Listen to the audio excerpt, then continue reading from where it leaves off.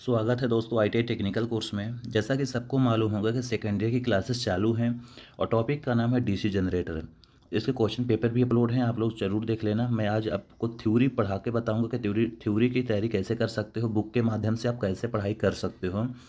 Proper आपको समझाऊँगा, आप लोग ज़रूर लास्ट तक देख लेना, क्योंकि आपको अभी तक ये नहीं मालूम हमें पढ़ना कैसे थ्योरी के बुक से। बहुत से लड़के को समझ में नहीं आता कि थ्योरी पढ़ा कैसे जाता है, क्योंकि प्योर हिंदी में लिखा है। तो मैं आपको पूरा कन्वर्ट करके पूरा समझा के आपको बता देता हूँ। चलिए आज के टॉपिक चालू करते हैं। डीसी जनरेटर कांस्ट वो है सामान्य अवधारणा। लिखा कि घूमने वाले विद्युत मशीन की सामान्य अवधारणा है।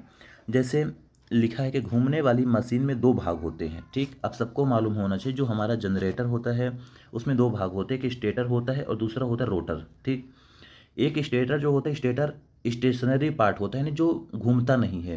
रोटर क्या होता है, घूमता है। इतना क्लियर। अब लिखा है कि घूमने वाले विद्युत मशीन दो प्रकार के होते हैं, एक डीसी होता है, एक एसी होता है। ठीक है, मतलब जो घूमने प्रकार की मशीन होती है, घूमती है, वो दो प्रकार की होती है, एक होती है डीसी मशीन, एक होती है एसी मशीन। आगे देख लेते हैं। विद्युत मशीन ज़्यादातर प्रयोग में होती हैं। विद्युत मशीन यानी सबसे ज़्यादा प्रयोग होती हैं।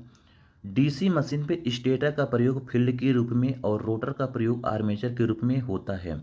बहुत अच्छी बात यहाँ पे लिखा है कि जो डीसी मशीन होती है, डीसी मशीन जो फील्ड पोल होते हैं तो फील्ड के रूप में यूज किया जाता है, और जो आर्मेचर होता है ना, जिसको हम लोग रोटर बोलते हैं, वो आर्मेचर के रूप में कार्य करता है। यहाँ पे लिखा है जबकि एसी मशीन में इसके विपरीत होता है, नहीं जो एसी मशीन होती है इसके उल्टा होती है, जो कि सिंक्रोनस जनरेटर या सिंक्रोनस मोटर कहलाता है। ठीक, अब यहाँ पे इंडक्शन मोटर अन्य प्रकार का एसी मशीन है। जो इंडक्शन मोटर होती है दूसरे प्रकार की एक एसी मशीन होती है, जो सेल्फ एक्साइटेड, स्व उत्तेजित का मतलब होता है कि स्व उत्तेजित का मतलब होता है सेल्फ एक्साइटेड होता है, जिसके स्टेटर पे एसी वोल्टेज दी जाती है और उसके रोटर को सप्लाई नहीं दी जाती। क्या होता है कि जो हमारी एसी मशीन होती है, AC machine self excited machine होती है, जो हम उसके स्टेटर को सप्लाई देते हैं एसी सप्लाई, और उसके रोटर को किसी भी प्रकार की सप्लाई देने की आवश्यकता नहीं होती, और हमारा मोटर सेल्फ एक्साइटेड इंडक्शन के सिद्धांत पर चलने लगती है। यदि यहीं पे डीसी की बात करें तो डीसी मशीन में सिंक्रोनस मशीन पे फील्ड हमेशा उत्तेजित होता है। यानी जो डीसी मशीन के सिंक्रोनस मशीन होती है उसको हम लोग रोटर पे भी सप्लाई देनी पड़ती है। बट यहाँ पे थ्री फेस इंडक्शन मोटर की बात किया जाए तो थ्री फेस इंडक्शन मोटर में किसी भी प्रकार के रोटर में सप्लाई देने की आवश्यकता नहीं होती, ओनली हम लोग स्टेटर पे देते हैं। इतना ये सिद्धांत ही, ये मतलब डिफरेंस बता रहा है आपके जनरेटर और मोटर में, तो आप लोग जरूर देख लेना क्या है। नेक्स्ट बात कर लेते हैं कि जो वैद्युतिक हमारे डीसी जनरेटर होता है। देखो, जनरेटर क्या है। एक वैद्युतिक जनरेटर ऐसी मशीन है जो यांत्रिक ऊर्जा को वैद्युतिक ऊर्जा में परिवर्तित करती है। बहुत अच्छी बात लिखी है। यानी जो जनरेटर होता है, जनरेटर का काम है कि मैकेनिकल एनर्जी को इलेक्ट्रिकल एनर्जी में कन्वर्ट करना। इतना सबको मालूम होना चाहिए कि जो जनरेटर होता है मैकेनिकल एनर्जी को इलेक्ट्रिकल एनर्जी में कन्वर्ट करता है। अब जनरेटर किस सिद्धांत पर वर्क करता है ये भी आपको मालूम होना चाहिए। जो जनरेटर होता है वो इस ऊर्जा परिवर्तक के सुविधा अनुसार करने के लिए फैराडे के विद्युत चुंबकीय प्रेरण के सिद्धांत पर कार्य करता है। दो चीज़ यहाँ पे आपको कन्फर्म हो गई होगी कि जनरेटर क्या करता है, मैकेनिकल एनर्जी को इलेक्ट्रिकल एनर्जी में कन्वर्ट करता है, पहला काम है। और जो दूसरा है, जनरेटर किस सिद्धांत पर कार्य करता है, जनरेटर फैराडे के विद्युत चुंबकीय प्रेरण के सिद्धांत पर कार्य करता है। दोस्तों देखो, पढ़ने का तरीका अलग होना चाहिए, क्योंकि क्वेश्चन कहाँ से पूछे जाते हैं मैं बीच बीच में आपको वो भी बता दूंगा। और चैनल पे नए हो, चैनल को सब्सक्राइब कर लेना, लाइक कर देना, शेयर कर देना। मैं कंप्लीट आपको इलेक्ट्रीशियन थ्योरी की पूरा सोल्यूशन बता देंगे, और आपको इसके क्वेश्चन पेपर भी मैं अपलोड कर दिया हूँ, आप क्वेश्चन पेपर भी दे सकते हो। ये है थ्योरी की बुक, आप थ्योरी को बुक भी पढ़ सकते हो कैसे पढ़ना जाता है। अब बात करते हैं कि जो जनरेटर का सिद्धांत है, नहीं फैराडे जी ने, फैराडे के सिद्धांत के अनुसार हमारा जनरेटर कार्य करता है, इतना सबको मालूम होता है। अब फैराडे जी के जो नियम है, दो नियम हैं, यानी फैराडे ला जो दो नियम दिया गया यहाँ पे देख सकते हो, फैराडे के दो नियम हैं। पहले नियम के अनुसार यानी देखा जाए, यानी पहला नियम पढ़ा जाए, लिखा है जब किसी चालक अथवा परिपथ के फ्लक्स में परिवर्तन होता है तो ईएमएफ उत्पन्न होती है। ये कह रहा है कि जब किसी भी चालक सर्किट के फ्लक्स, जो कोई भी कंडक्टर में फ्लक्स को कट कराते हैं तो उसमें बिजली बनती है। फैराडे का पहला नियम यही कहता है। दूसरा नियम ये कहता है कि इस प्रकार प्रेरित ईएमएफ का परिणाम फ्लक्स मात्रा की परिवर्तन दर पर निर्भर करता है। आप लोग जरूर ध्यान देना कि डीसी जनरेटर जो होता है फैराडे की विद्युत चुंबकीय प्रेरण के सिद्धांत पर वर्क करता है। फैराडे जी के दो नियम है। पहला नियम ये कहता है कि जब किसी चालक को किसी रोटेटिंग मैग्नेटिक फ्लक्स में घुमाया जाता है तो उस कंडक्टर में ईएमएफ उत्पन्न होती है। दूसरा नियम ये कहता है फैराडे जी का कि आप जितना ज़्यादा फ्लक्स को कट कराओगे उतना ज़्यादा बिजली बनेगी। ठीक, इतना सबको मालूम हो गया होगा कि जितना ज़्यादा फ्लक्स को कट कराओगे यानी फ्लक्स को कंडक्टर में मूव कराओगे उतना ज़्यादा बिजली बनेगी, ईएमएफ बनेगी। यानी दो फैराडे के नियम है, प्रथम लॉ सेकंड लॉ।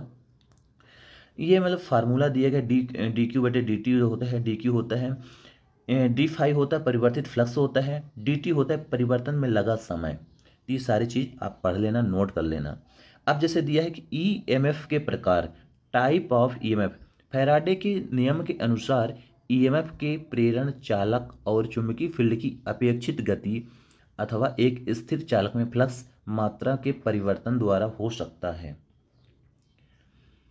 ईएमएफ के जो प्रकार होता है, टाइप्स ऑफ ईएमएफ पूछ रहा है, तो टाइप्स ऑफ ईएमएफ में आप ये देख सकते हो, लिखा है कि फैराडे के नियम के अनुसार, ठीक है, यानी फैराडे लॉ के अनुसार ईएमएफ का प्रेरण चालक और चुंबकीय फील्ड की अपेक्षित गति, मैग्नेटिक फ्लक्स जो होता है उसकी गति को स्थिर चालक फ्लक्स के मात्रा के परिवर्तन दर हो सकता है।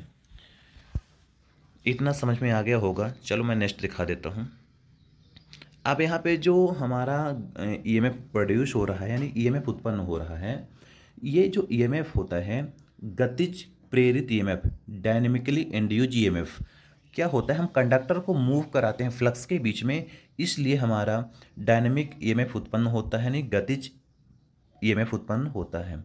अब यहाँ पे लिखा है कि यदि प्रेरित ईएमएफ यानी उत्पन्न ईएमएफ स्थिर चुंबकीय फील्ड में चालक की गति के कारण, यहाँ पे फिगर दिया है, फिगर A1 फिगर 2 के अनुसार आपको बता रहा है, मगर ज़्यादा नहीं है, इस पर मैं बता देता हूँ कि जब किसी कंडक्टर को किसी रोटेटिंग मैग्नेटिक फ्लक्स या किसी फ्लक्स के बीच में हम घुमाते हैं तो उस कंडक्टर पे रोटेटिंग मैग्नेटिक फ्लक्स उत्पन्न होता है, ईएमएफ उत्पन्न होती है। दूसरा क्या होता है, दूसरा बोल रहा है कि एक होती है स्थिर ईएमएफ, एक होती है डायनेमिक ईएमएफ यानी जो गतिज ईएमएफ उत्पन्न होती है, दूसरा उत्पन्न होता है प्रेरित ईएमएफ यानी स्थिर ईएमएफ जो स्टैटिकली इंड्यूस्ड ईएमएफ होते हैं। यहाँ पे लिखा है कि यदि एक चालक में फ्लक्स मात्रा में परिवर्तन के कारण फिगर नंबर 2 के अनुसार ईएमएफ प्रेरित होता है तो उसे प्रेरित ईएमएफ स्थैतिक प्रकार के कहते हैं। ये चीज़ लिखा हुआ है। तो आपको मालूम हो गया होगा कि ईएमएफ जो होते हैं दो प्रकार के उत्पन्न होते हैं, एक होता है स्थिर ईएमएफ, एक होते हैं घूमने वाला ईएमएफ। गतिशील ईएमएफ, स्थिर ईएमएफ। यहाँ पे कुछ वो दिया गया है, क्या बोलते हैं इसको, फिगर दिया है, फिगर ज़्यादा वो नहीं है। अब यहाँ पे लिखा है कि गतिज प्रेरित ईएमएफ का उत्पादन, ठीक। अब यहाँ पे गतिज प्रेरित ईएमएफ का उत्पादन, production of dynamically induced EMF, लिखा है कि चालक जब भी चुंबकीय फ्लक्स को काटता है, बहुत अच्छी बात लिखी है, चालक जब भी कभी चुंबकीय फ्लक्स को काटता है उसमें एक गतिज प्रेरित ईएमएफ उत्पन्न होता है, गतिज प्रेरित ईएमएफ उत्पन्न हो जाता है। यह ईएमएफ चालक परिपथ के बंद किए जाने पर करंट प्रवाहित करता है।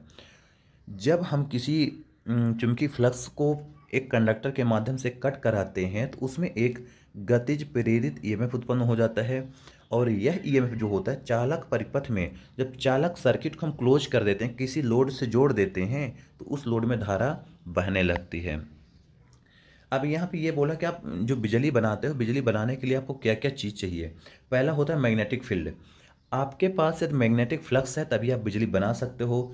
दूसरा दिया चालक यानी कंडक्टर होना आवश्यक है, क्योंकि कंडक्टर यानी कॉयल, यदि आपके पास कॉयल नहीं है तो आप बिजली नहीं बना सकते हो। तीसरा होता है चुंबकीय फील्ड के पीछे अपेक्षित गति, एक प्राइम मूवर की आवश्यकता होती है। यानी पहला है मैग्नेटिक फ्लक्स होना अनिवार्य है, कॉयल होना अनिवार्य है, कोई एक चीज़ ऐसी हो जो घूमने वाली हो यानी रोटेटिंग मैग्नेटिक हो, मतलब मैकेनिकल प्राइम मूवर करती हो, तभी आप बिजली बना सकते हो नॉर्मल एक जनरेटर के द्वारा। अब जो गतिज प्रेरित ईएमएफ के जो सूत्र होता है तो ये होता है E बराबर BLV साइन थीटा। नियमी के क्वेश्चन पे पूछा गया क्वेश्चन है, ये पूछा गया था कि गतिज विद्युत वाहक बल का सूत्र क्या होता है, तो आप लोग पढ़ लेना, नोट्स कर लेना, ये ऐसे क्वेश्चन बार बार पूछते हैं। B का मतलब होता है टेस्ला में मापा गया चुंबकीय फ्लक्स घनत्व। L होता है चालक की प्रभावी लंबाई यानी हमारी कॉइल कितनी लंबी थी। V का मतलब होता है अपेक्षित वेग। थीटा का मतलब होता है चुंबकीय फील्ड। को काटना। तो कुछ इम्पोर्टेंस फार्मूले हैं जो आपके लिए बहुत महत्वपूर्ण हैं और ये पढ़ लेना। पूरा फार्मूला का सलूशन दिया गया है। अब यहाँ पे आता है Fleming right hand rule. Generator क्या करता है, जनरेटर को जो हम जनरेटर बिजली बनाता है, बिजली बनाने की दिशा एक जांच करने के लिए फ्लेमिंग के दाएं हाथ का नियम उपयोग किया जाता है। अब यहाँ पे ये दिया है कि इस नियम द्वारा गतिज प्रेरित ईएमएफ की दिशा का अभिनिर्धारण किया गया है। अब यहाँ ईएमएफ की बात कर रहा है, प्रेरित ईएमएफ यहाँ पे दिख रहा होगा, प्रेरित ईएमएफ। प्रेरित ईएमएफ की दिशा, यहाँ पे दिशा भी दिख रही होगी, यानी जो बिजली बना रहा है जनरेटर उसकी दिशा कैसी है उसको जानने के लिए राइट हैंड रूल का नियम अपनाया गया। अब यहाँ पे राइट हैंड रूल को देख लीजिए, जो ये आपका कंडक्टर ये थंब होता है, अंगूठा जो होता है राइट हैंड रूल का, ये बताता है मोशन ऑफ द कंडक्टर, आपका कंडक्टर कैसे घूम रहा है। दूसरा नंबर जो फोर फिंगर दिखाती है, फोर फिंगर बता रहा है डायरेक्शन ऑफ मैग्नेटिक फ्लक्स, आपका मैग्नेटिक फ्लक्स कैसे कट कर रहा है, कैसे डायरेक्शन है मैग्नेटिक फ्लक्स का। फिर जो मिडिल फिंगर आपको दिख रही है, मिडिल फिंगर बताती है डायरेक्शन ऑफ करंट, यानी आपका ईएमएफ कैसे प्रोड्यूस हो रहा है। इस तरीके से राइट हैंड रूल वर्क करता है। राइट हैंड रूल में जो मोशन होता है, मोशन कंडक्टर के घूमने की दिशा बताता है। फोर फिंगर बताती है कि हमारा मैग्नेटिक फ्लक्स कैसे कट रहा है। मिडिल फिंगर बताता है आपका ईएमएफ कैसे बन रहा है। आपके क्वेश्चन पे पूछ सकता है कि जो राइट हैंड रूल होता है किस नियम पे अपनाते हैं, तो अपन बता सकते हैं जनरेटर के सिद्धांत, जनरेटर के ईएमएफ की दिशा जांच करने के लिए फ्लेमिंग के राइट हैंड रूल का नियम अपनाते हैं। राइट हैंड रूल में यदि पूछता है कि मोशन क्या करता है, अंगूठा का क्या काम है, तो आप बता सकते हो कंडक्टर के घूमने की दिशा बताता है कि हमारा कंडक्टर कैसे रन कर रहा है, कैसे घूम रहा है। सेकंड नंबर फोर फिंगर की यदि बात करता है तो आप फोर फिंगर में बता सकते हो कि डायरेक्शन ऑफ मैग्नेटिक फ्लक्स, जो मैग्नेटिक फ्लक्स है उसका डायरेक्शन कैसे है, हमारी फोर फिंगर बताती है। फिर नेक्स्ट बताता है direction of conductor, middle finger ये बताती है कि हमारा करंट कैसे प्रोड्यूस हो रहा है या ईएमएफ। जैसे यहाँ पे थोड़ा सा पढ़ सकते हो, दिशा में अंगूठा चालक की गति दिशा में हो, यहाँ पे लिखा है कि अंगूठा चालक की गति बताता है, तो मध्यम उंगली जो होती ईएमएफ की दिशा बताती है। ठीक, तो यही होता है कि जो हमारा अंगूठा होता है चालक की दिशा, और जो बीच वाली उंगली होती तो बताती है कि बिजली आपकी कैसे उत्पन्न हो रहा है। तो कुछ ये रूल हैं। अब पार्ट्स ऑफ डीसी जनरेटर की बात कर लेते हैं। पार्ट्स ऑफ डीसी जनरेटर में जैसे होता है फ्रेम होता है, फील्ड पोल होते हैं, फील्ड कॉयल होती है, आर्मेचर होते हैं। पार्ट्स ऑफ डीसी जनरेटर के क्या क्या पार्ट होते हैं आपको मैं नेक्स्ट वीडियो में बताऊंगा, क्योंकि ये वीडियो लंबा हो रहा है। Parts of DC generator 10 part हैं। नेक्स्ट वीडियो में मिलते हैं। नेक्स्ट वीडियो में मैं पार्ट्स ऑफ डीसी जनरेटर ख़त्म कर दूंगा। जहाँ तक के लिए अभी तक मैं इसको यहीं को ब्रेक कर देता हूँ। मिलते हैं नेक्स्ट वीडियो में। जहाँ तक के लिए थैंक यू।